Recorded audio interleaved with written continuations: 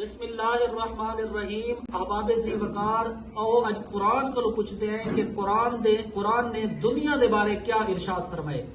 اللہ نے قرآن دے وچ ارشاد فرمائے وَمَا الْحَيَاةُ الدُّنْيَا إِلَّا مَتَاعُ الْغُرُورِ.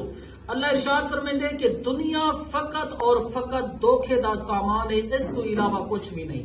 دوسرے مقام دوتے اللہ نے ارشاد فرمائے ما عندکم ینفد وما عند اللہ باق.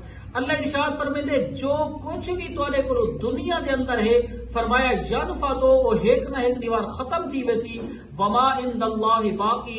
فرمایا کہ جڑا تساں میری بارگاہ دے وچ دے چکے وے اللہ ارشاد فرمائے کہ او تہاڈا دتا یا رزق میرے کول موجود ہے، اوندا فرمایا کہ تو کو اجر قیامت علی دیوار دے سامنے. او حدیث پاک دے وچ نبی پاک علیہ الصلوۃ والسلام دے فرمان کو پوچھدے ہیں کہ دنیا دے بارے حضور نے کیا ارشاد فرمائے.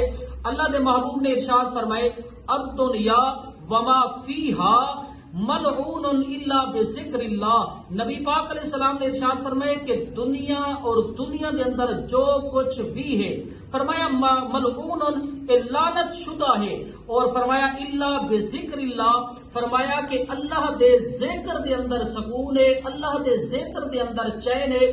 فرمایا کہ رب دا جڑا ذکر ہے او دنیا کو انسان کو بچے دے. رب دا کیا ذکر ہے؟ سب تو جڑا بہترین وسیلہ کا ذکر ہے وہ اللہ دا قرآن ہے. یعنی قرآن راہ نجات ہے اور لوگوں واسطے ہدایت دا راستہ ہے. جتنا زیادہ اساں قرآن دے اوتے عمل کرے سو اتنا زیادہ ہی سارے رستے آسان تھی دے ویسے. اور نبی پاک علیہ الصلوۃ والسلام نے ارشاد فرمایا کہ کلام اللہ حبل اللہ. فرمایا کہ جرا اللہ دا کلام ہے قرآن حبل اللہ فرمایا کہ اے اللہ دی رسی ہے وَيَتَمَسَّكُ بِهِ فرمایا کہ یہ کو مضبوطی دے نال جرا بندہ پکڑی رکھے سی لَن تَضِلُّوا بَعْدِي. نبی سے نے ارشاد فرمایا کہ زندگی دے اندر کدی بھی او بندہ گمراہ کہنا تھی سی جرا قرآن کو مضبوطی دے نال تھامے رکھ سی. اور اللہ پاک نے ارشاد فرمایا نحن نزلنا الذکر فرمایا کہ سارا جرا ذکر ہے یہ اسا لوگوں واسطے اتارے. اس ذکر تو مراد کیا ہے؟ علماء فرمائیں کہ ذکر تو مراد رب دا قرآن ہے. رب دے قرآن دے نال جائے بندے نے بھی اپنا دل لائے، جائے بندے قرآن کو پڑھے سمجھے سی اور جدہ تک فرمایا قرآن کو پڑھتا رہے ویسی سمجھتا رہے ویسی عمل کرتا رہے ویسی فرمایا ان دی دنیا ہی آباد ہے، ان دی قبر بھی آباد ہے، ان دی آخرت بھی آباد ہو سی.